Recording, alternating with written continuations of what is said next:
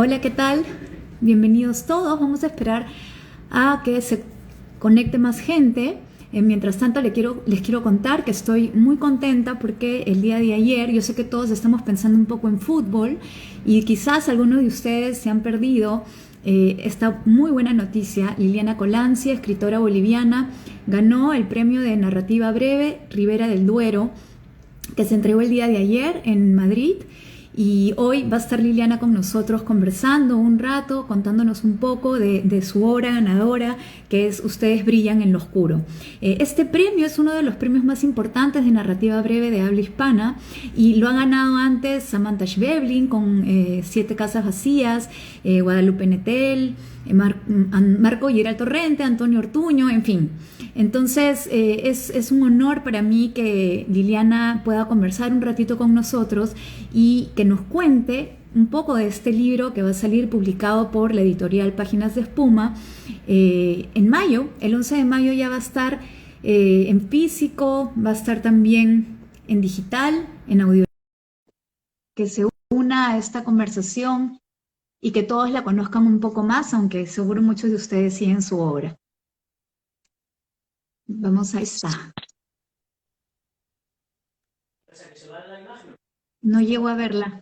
A ver, ahí está. Hola Liliana, ¿qué tal? Hola, ¿cómo estás?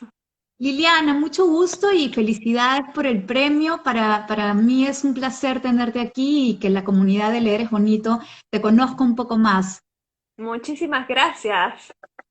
No sé si, bueno, yo no te veo muy bien. Ojalá que esté llegando bien la señal a los demás. Eh, Ahí estás mejor. ¿Me ok. escuchas? Sí, te escucho y te veo perfectamente. Ya, debes estar agotada, así es que te voy a hacer unas preguntas breves y una de ellas, bueno, sabes que hemos estado, yo como alumna he estado llevando un taller que justamente antes de que lanzaran los finalistas al premio, dijeron para leer mujeres, Guadalupe, Netel, Samantha Schweblin, Katia Dawi y tú.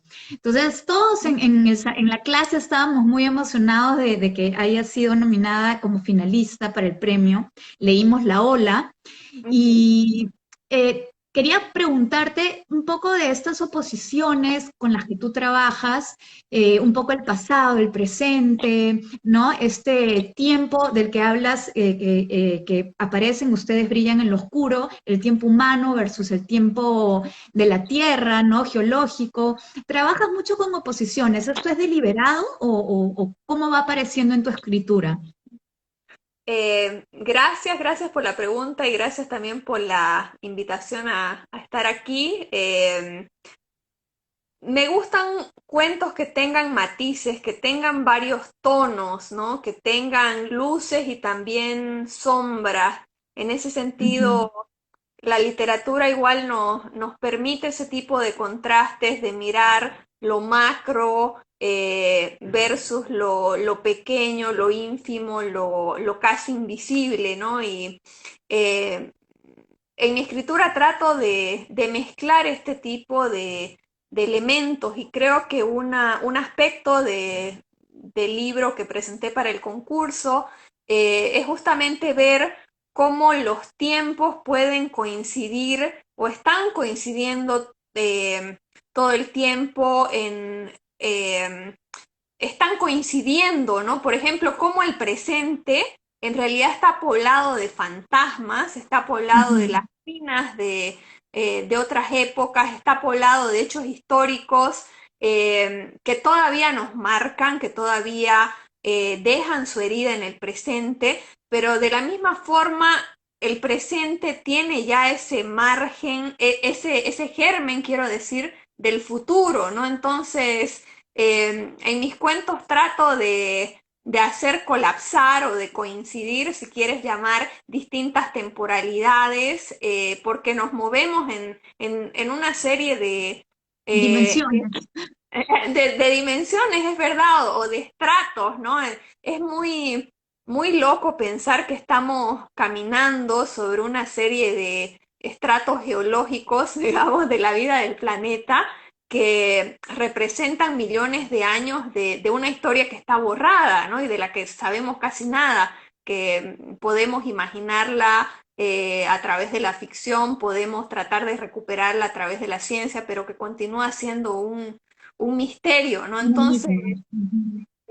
eso es un poquito la sensación de extrañeza, de enigma que me lleva a escribir. Y justamente en Ustedes brillan en lo oscuro, bueno, este libro va a tener o tiene 6 relatos unidos un poco por estos temas de que tú has estado conversando, ¿no? Ahora, sé que mucha gente te pregunta por qué cuento, por qué usas narrativa breve, pero sí quisiera que nos cuentes, porque ayer en la conferencia hablaste del cuento como un retablo y me pareció una imagen magnífica. ¿Qué te da el cuento que no te da otros géneros para los temas que te convocan, ¿no? Ujú. Cuando me preguntas qué te da el cuento que no me dan otros géneros, parecería que es una elección mía, ¿no? Que yo decido, voy a escribir Ajá. cuentos. En realidad, simplemente el cuento es una especie de canal por el cual me comunico, pero yo siento que no es una elección, ¿no? Ya. No No es es una elección. deliberado. No es deliberado, vengo escribiendo cuentos de toda la vida y no sé por qué el cuento, ¿no? Nunca he escrito una novela, así que no te podría decir, bueno, la Ujú. novela en realidad me permite esto y el cuento me permite lo otro porque no he escrito novela, ¿no? Y mi poesía básicamente el resumen de mi poesía son unos pocos experimentos de la adolescencia y nada más, así que tampoco tengo, eh, digamos, gran experiencia con la poesía como para poder comparar y decir, ok, esto me da la poesía o esto me da la novela y esto me da el cuento. Lo que tengo publicado son 2 libros de cuento hasta ahora y un tercero que está en camino, ¿no? Pero... Eh, sí, mencionaba el retablo porque me fascinan estas miniaturas en las Ujú. cuales puedes colocar elementos de diversos tiempos, de diversos espacios, que en apariencia no tienen conexión entre sí, pero que están generando un campo de fuerza bien interesante. Entonces mi proceso consiste en sacar quizás un material de un lado, o un ladrillo del otro, y ver si los pongo juntos, qué es lo que pasa, ¿no? Ujú. Qué es lo que sucede? Entonces, en ese sentido, sí me gusta estar leyendo cosas diferentes cuando estoy escribiendo y ver cómo hago dialogar, por ejemplo, no sé, el Taquioncoy, ¿no? Una Ujú. rebelión andina del siglo XVI con una central nuclear situada en un Contemporáneo. escenario futurista incluso, ¿no? Ajá. Entonces, ¿cómo cruzo estos dos tiempos? ¿Qué pasa cuando estos tiempos se encuentran? ¿Qué se genera en ese diálogo, ¿no? Y esa es la forma como se van generando mis historias. Sí, lo del retablo me encantó porque es como todo un universo en miniatura, ¿no? Y es lo que pasa un poco con el cuento. Decías que te gustaba leer mientras escribías. ¿Qué autores son tus referentes o cómo se nutre tu literatura? ¿De qué autores? ¿Cuáles son tus referentes?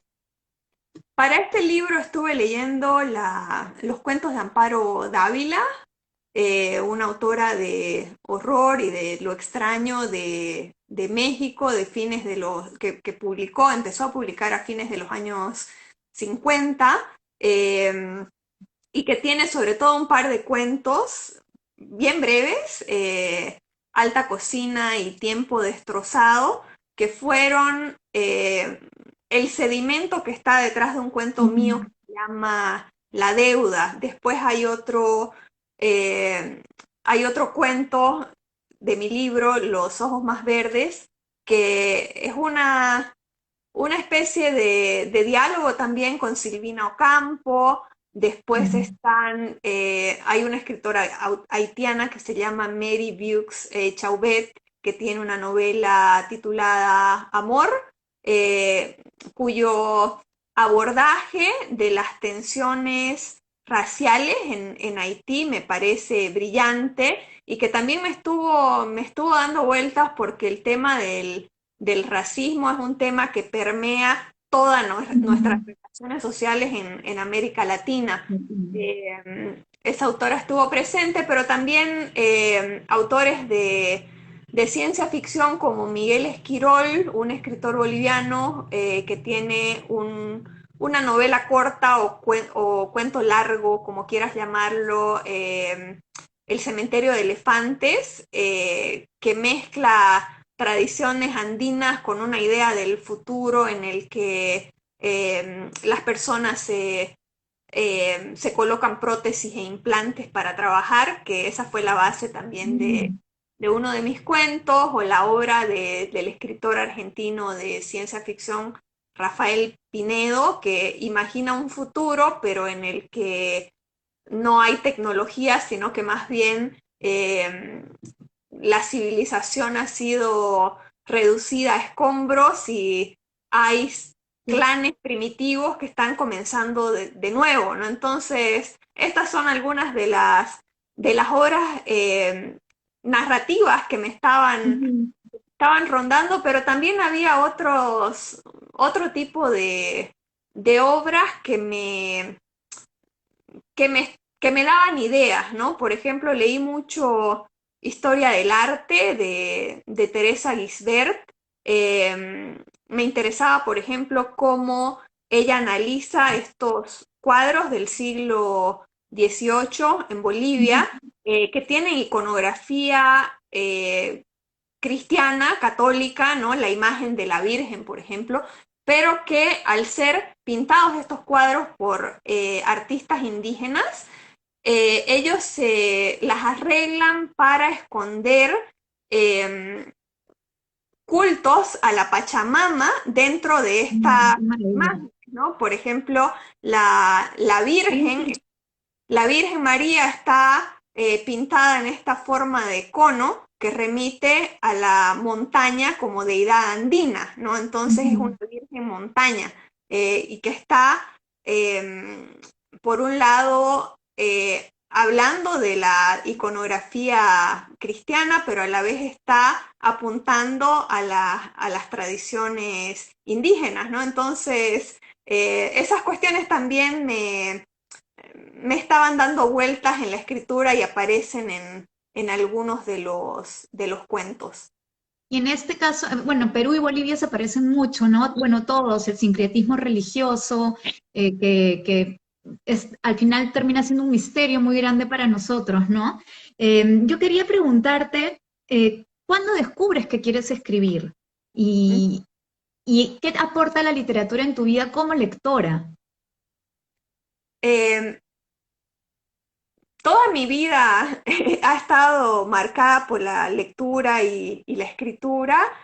Si bien no vengo de un entorno muy lector, crecí sin tener a mi alrededor personas a las que le gustara la lectura o la escritura. En ese sentido, era como una suerte de hobby bastante excéntrico, ¿no? En el lugar de donde provengo. Pero para mí fue una manera de estar en el mundo sin tener que hablar, ¿no? Porque era muy tímida. Entonces, recuerdo tardes enteras de pasármelas escribiendo desde que era muy pequeña, aunque durante mucho tiempo ni siquiera se me ocurrió la posibilidad de que lo que se escribiera pudiera ser publicado, ¿no? Eso vino Ujú.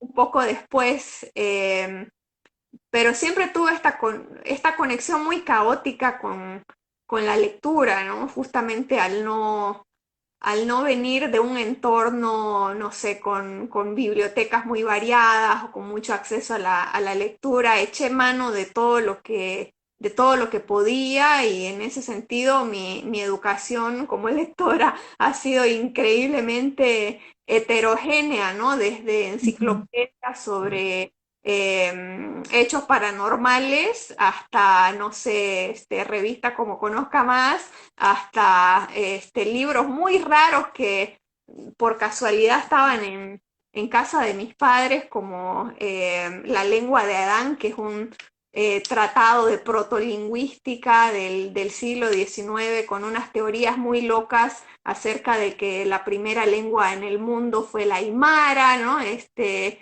la lengua de Adán fue la aymara. Entonces, sí me nutrí de lecturas muy, muy diversas y muy variadas, pero si hay algo que recuerdo con mucho cariño y que siempre menciono y reivindico es la literatura infantil que a mí me marcó mucho, justamente al haber empezado a leer desde muy pequeña, algunas de las lecturas que recuerdo con mayor vividez han sido justamente estas lecturas,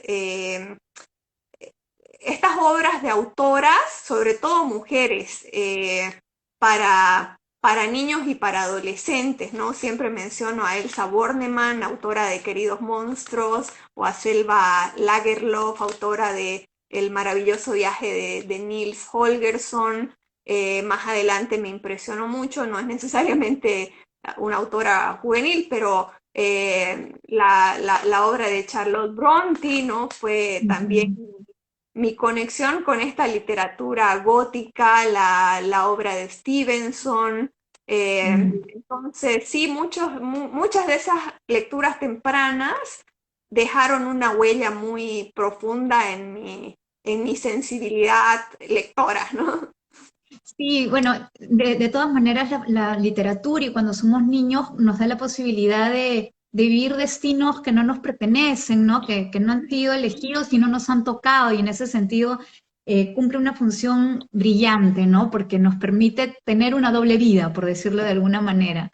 Eh, para no molestarte mucho, porque sé que todo el mundo quiere conversar contigo, tú tienes una editorial que es Dum Dum, y además una maravilla porque este año vas a publicar este Guaco Retrato de nuestra compatriota Gabriela Wiener.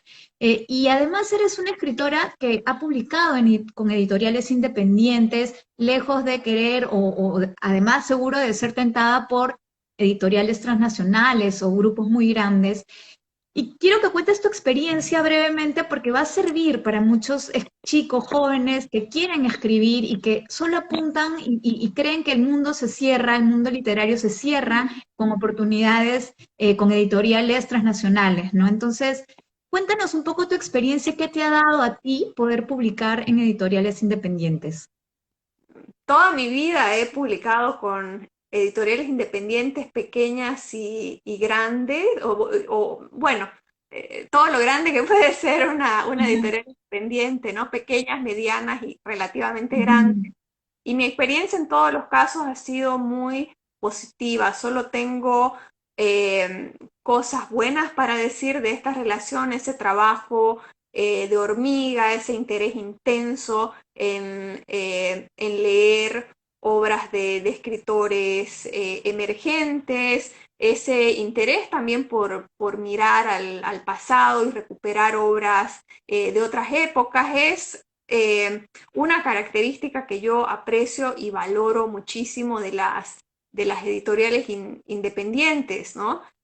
También como editora soy parte de ese ecosistema y como tú has dicho, tengo la dicha de poder publicar a una autora peruana que respeto muchísimo como Gabriela Wigner y cuyo Guaco Retrato es una lectura importante y Importante. necesaria, no solamente en Perú y en Bolivia, sino en toda América Latina para curarnos esas heridas coloniales que siguen hasta ahora, ¿no? Un libro para descolonizarnos, como bien se ha dicho, ¿no? Entonces, el ecosistema literario boliviano es completamente independiente y esa sea quizás Ujú. una característica que lo distingue de otros países. En Bolivia, desde que se fue Alfaguara, que era la única transnacional que había, solamente quedaron editoriales independientes de diversos tamaños, ¿no? Eso le da al mundo del libro boliviano quizás un estatus especial, pero lo que yo veo es que esto también posibilitó o dio lugar a la emergencia de un sinnúmero Ujú. de editoriales que se dedican desde el cómic hasta el arte, a la escritura exclusiva de mujeres, a la poesía, y que conforma un espacio muy rico, ¿no? En ese sentido, lo vuelvo a decir, realmente el trabajo que hacen las editoriales, publicando autores nuevos, dándose el trabajo de dar a conocer obras jóvenes, es muy, muy valioso y necesario. Sí, gracias por eso, porque creo que hay mucho talento en nuestros países y sabemos que han llegado más de 900 manuscritos al concurso Ribera del Duero. Se presentaron más de 30 países, eso quiere decir que gente que tiene ganas de escribir hay, gente con talento hay. Y te felicito, Liliana, por este premio y esperamos que sea el 11 de mayo con ansias para que Páginas de Espuma nos regale la oportunidad de tener tu libro en nuestras manos. Te agradezco y bueno, seguro tienes que seguir atendiendo gente, así es que muchas gracias por darme estos minutos. Muchas gracias a ti, un abrazo. Chao Liliana, gracias. Chao.